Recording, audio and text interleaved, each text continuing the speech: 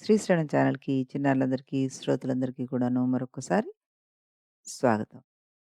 ఈరోజు మనం అష్టాదశ అధ్యాయంలో ప్రవేశించాం. ఈ అష్టాదశ అధ్యాయంలో అంగీరసుడు చెప్పింది విన్న ఉద్భూత పురుషుడు కర్మయోగాన్ని గురించి ప్రశ్నించాడట. అప్పుడు ఆయన అంగీరసుడు చెప్తున్నారు, "నువ్వు చాలా చక్కటి విషయాన్ని అడిగావు. శ్రద్ధగా విను. సుఖ దుఃఖాది ద్వంద్వాలని దేహానికి గాని, ఆత్మకు గాని లేవు. ఎవడైతే ఆత్మానాత్మ సంశయగ్రస్తుడో వాడు మాత్రమే కర్మలను చేసి తద్వారా చిత్తశుద్ధిని పొందిన వాడే ఆత్మజ్ఞాని కావాలి. దేహాధారి అయిన వాడు తన వర్ణాశ్రమ విద్యుక్తాలైన స్నాన శౌచాధిక కర్మలను తప్పనిసరిగా చెయ్యాలి అని చెప్పి, స్నానం చేయకుండా చేసే ఏ కర్మ అయినా సరే ఏనుగు తినిన వెలగపండులాగా నిష్ఫలమే అవుతుంది. అందులో బ్రాహ్మణులకు ప్రాతస్నానము వేదోక్తమైనది. ప్రతిరోజు ప్రాతస్నానం చెయ్యలేని వాళ్ళు సంచారం కల తులా, కార్తీక, మకర, మాఘ, మేష, వైశాఖాల్లోనైనా చెయ్యాలి. జీవితంలో ఈ 3 మాసాల్లో అయినా ప్రాతః స్నానాలు చేసేవాడు సరాసరి వైకుంఠాన్నే పొందుతాడు. చాతుర్మాస్యాది పుణ్యకాలాల్లో గానీ, చంద్ర సూర్యగ్రహణ పర్వాల్లో గానీ స్నానం చాలా ప్రధానం. గ్రహణాల్లో గ్రహణకాల స్నానమే ముఖ్యం. సర్వకాలాలయందు బ్రాహ్మణులకు పుణ్యకాలాల్లో సర్వ ప్రజలకు స్నాన సంధ్యా జప హోమ సూర్య నమస్కారాలు తప్పనిసరిగా చేయాల్సినవి. స్నానాన్ని వదిలిన వాడు రౌరవ నరకగతుడై పునఃకర్మభ్రష్టుడుగా జన్మిస్తాడు. ఓ వివేకవంతుడా, పుణ్యకాలాలన్నింట సర్వోత్తమమైనది కార్తీక మాసం. వేదాన్ని మించిన శాస్త్రము, గంగని మించిన తీర్థము, భార్యతో సమానమైన సుఖము, ధర్మతుల్యమైన స్నేహము, కంటికంటే వెలుగు లేనట్టుగానే కార్తీక మాసంతో సమానమైన పుణ్యకాలము కానీ, కార్తీక దామోదరుని కన్నా దైవము కానీ లేడని మనం గుర్తించాలి. కర్మ మర్మాన్ని తెలుసుకొని కార్తీకంలో ధర్మాన్ని ఆచరించేవాడు సరాసరి వైకుంఠానికి చేరుకుంటాడు. నాయనా, విష్ణువు లక్ష్మీ సమేతుడై ఆషాఢ శుక్ల దశమ్యాంతంలో పాలసముద్రాన్ని చేరి నిద్రామిషతోటి శయనిస్తాడు. నిద్ర అనే ఒక వంకతోటి శయనిస్తాడు. మళ్ళీ హరిబోధిని అనబడే కార్తీక శుక్ల ద్వాదశి నాడు నిద్రలేస్తాడు. ఈ మధ్యలో 4 మాసాలు చాతుర్మాస్య వ్రతం అంటుంటాం మనం. విష్ణువుకి నిద్రాసుఖప్రధానమైన ఈ 4 నెలలు కూడా ఎవరైతే హరిధ్యానాన్ని, పూజల్ని చేస్తూ ఉంటారో వాళ్ళ పుణ్యాలు అనంతమై విష్ణులోకాన్ని పొందుతారు వాళ్ళు. దీనికి ఒక పురాణ రహస్యం కూడా ఉంది. చెప్తాను విను అంటూ ఆ విషయాన్ని ఇక్కడ ప్రస్తావిస్తున్నారాయన. ఒకానొక కృతయుగంలో విష్ణువు లక్ష్మితో సహా వైకుంఠ సింహాసనాన్ని అలంకరించున్నాడనమాట. అప్పుడు నారదుడు అక్కడికి వెళ్ళి ఆయనకి మొక్కి, "హే శ్రీహరి! భూలోకంలో వేదవీధులు అడుగంటాయి. జ్ఞానులు సైతం గ్రామ్య సుఖాలకు లోనైపోయి ఉన్నారు. ప్రజలంతా వికర్ములై ఉన్నారు.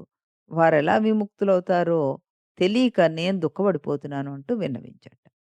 నారదుని మాటలు విశ్వసించిన నారాయణుడు సతీ సమేతుడై వృద్ధ బ్రాహ్మణ రూపధారియే తీర్థక్షేత్రాదుల్లోనూ బ్రాహ్మణ పరిషత్ పట్టణాల్లోనూ తిరిగట. కొందరు ఆ దంపతులకు అతిథి సత్కారాలు చేశారు. కొందరు హేళన చేశారు. ఇంకొందరు లక్ష్మీనారాయణ ప్రతిమలను పూజిస్తూ వాళ్ళని తిరస్కరించారు. అవక్షలను, పాపజనులను చూసిన శ్రీహరి ప్రజోద్ధరణకు పూని చతుర్భుజాలతోటి, కౌస్తుభాది ఆభరణాలతోటి యథారూపాన్ని పొంది ఉండగా జ్ఞానసిద్ధుడనే ఋషి తన శిష్య సమేతంగా ఆయనని ఆరాధించాడు. అనేక విధాలుగా ఆయన్ని స్తుతించాడనమాట. వేదవేత్తల చేత వేద వేద్యునిగాను, వేదాంత స్థితునిగాను, రహస్యమయమైన వాడిగాను, అద్వితీయముగాను కీర్తించబడేవాడా ఆయన స్తుతిస్తున్నాడు. ఎవరిని? నారాయణ్‌ని. సూర్యచంద్ర శివ బ్రహ్మాదుల చేత, మహారాజాధిరాజుల చేత స్తుతింపబడే రమణీయ పాదపద్మములు కలవాడా, నీకు నమస్కారం. పంచభూతాలు సృష్టి సంభూతాలైన సమస్త చరాచరాలు కూడా నీ విభూతిలో అయి ఉన్నాయి. శివసేవిత చరణ, నువ్వు పరమము కంటే పరమమైన వాడివి. నీవే సర్వాధికారివి. స్థావరజంగ రూపమైన సమస్త ప్రపంచం కూడా దీనికి కారణబీజమైన మాయతో సహా నీయందే ప్రస్ఫుటమవుతుంది. సృష్టిలో ఆది, మధ్య, అంతంలో కూడా నువ్వే నిండున్నావు. భక్ష చోష్య లేహ్య రూప చతుర్విధాన్న రూపుడుగా కూడాను నువ్వే ఉన్నావు. అమృతమయము, పరమ సుఖప్రదము అయిన నీ సచ్చిదానంద రూప సంస్మరణ మాత్రం చేతనే ఈ సంసారం సమస్తం భాసిస్తోంది. ఏ ఆనందసాగర, ఈశ్వర, జ్ఞానస్వరూప, సమస్తానికి ఆధారము, సకల పురాణ సారము కూడా నువ్వే. ఈ విశ్వం సమస్తం నీ వల్లే జనించి తిరిగి నీయందే లయిస్తోంది. ప్రాణులందరి హృదయాల్లోనూ నువ్వున్నావు. ఆత్మవాచ్యుడవు నువ్వు. అఖిల వంధ్యుడవు నువ్వు. మనోభాగ గోచరుడు అయిన నువ్వు కేవలం మాంసమయాలైన భౌతిక నేత్రాలకు కనిపించవు కదా తండ్రి.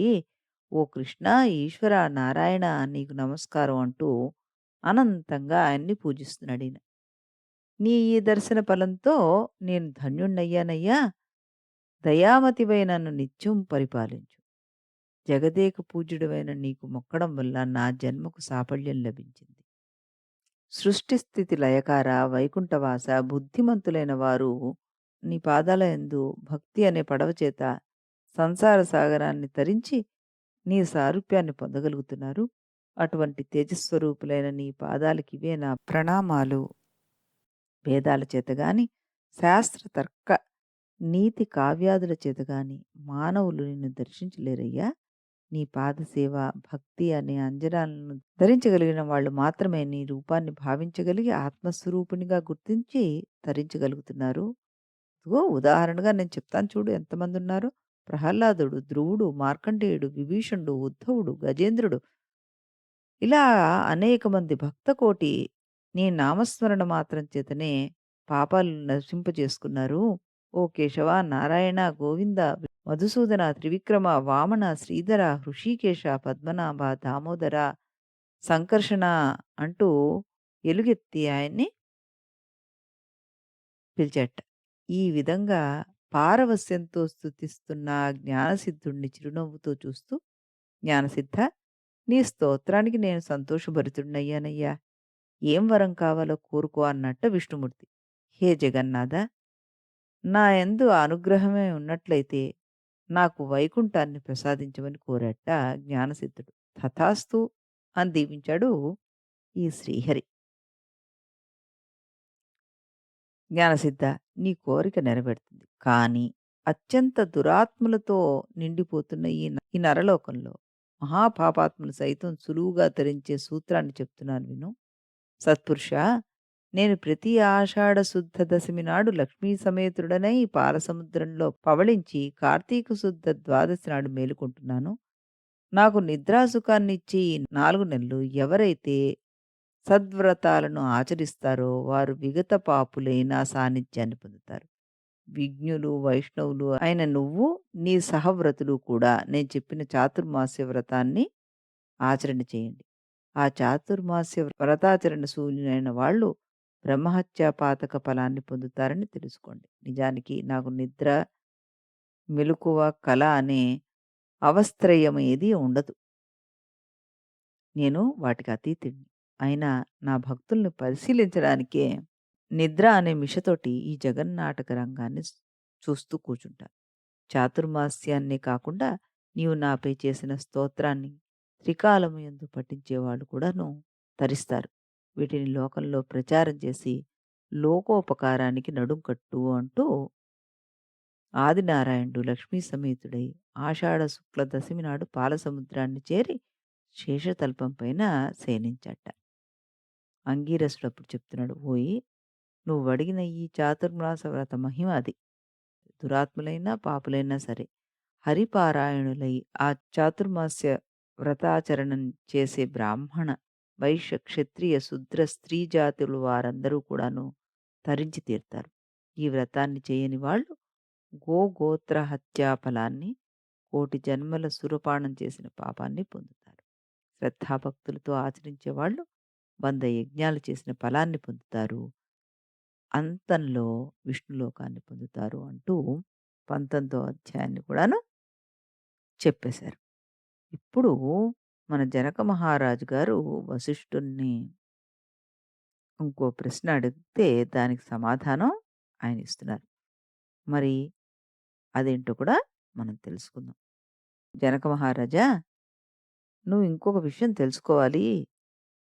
అత్రి మహాముని, అగస్త్యుడు వీళ్ళిద్దరికీ జరిగిన సంవాదన గురించి తెలుసుకోవాలి అంటూ చెప్తున్నారు. అదేంటి? కుంభ సంభవ. అత్రి మహాముని అగస్త్యుడిని చూసి అంటున్నట్ట ఏమని? కుంభ సంభవ, లోకత్రయోపకారం కోసం కార్తీక మహత్య బోధకమైన ఒకానొక హరిగాథను వినిపిస్తాను విను అంటూ ఆయనకి చెప్తున్నారు. వేదంతో సమానమైన శాస్త్రం గాని, ఆరోగ్యానికి ఈడైన ఆనందము గాని, హరికి సాటి అయిన దైవము గాని, కార్తీకముతో సమానమైన నెలలు గాని లేవయ్యా.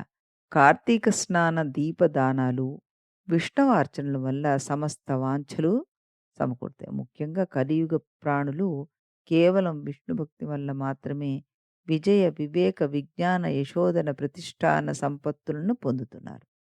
ఇందుకు సాక్షీభూతంగా చక్కటి ఇతిహాస కథ పురంజయుడిని ఇతిహాసం చెప్తాను విను అంటూ పురంజయోపాఖ్యానాన్ని వినిపిస్తున్నారు. త్రేతాయుగంలో సూర్యవంశ క్షత్రియుడైన పురంజయుడనేవాడు అయోధ్యను పరిపాలిస్తూ ఉండేవాడు.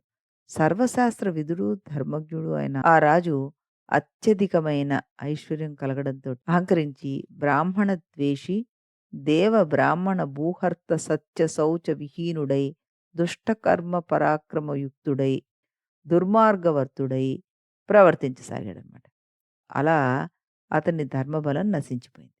సామంతులైన కాంభోజ కురుజాదులు అనేక మంది ఏకమై చతురంగ బలాలతో వచ్చి అయోధ్యను చుట్టుముట్టేశారు. ఈ వార్త తెలిసిన పురంజయుడు బలమదయుక్తుడై శత్రువులతో తలబడేందుకు సిద్ధమయ్యాడు. పెద్ద పెద్ద చక్రాలున్నది, ప్రకాశించేది, జెండాతో అలంకరించబడిన ధనుర్బాణాది శస్త్రాలతో సంపన్నమైన, అనేక యుద్ధాల్లో విజయం సాధించినది, చక్కటి గుర్రాలు పూంచింది అయిన తమ సూర్య వంశం వారిదైన రథాన్ని అధిరోహించి రథ, గజ, తురగద పదాదులు అనబడే 4 రకాల బలాలతోటి నగరం నుండి వెలువడి చుట్టుముట్టిన శత్రు సైన్యాల మీద విరుచుకుపడ్డాడు.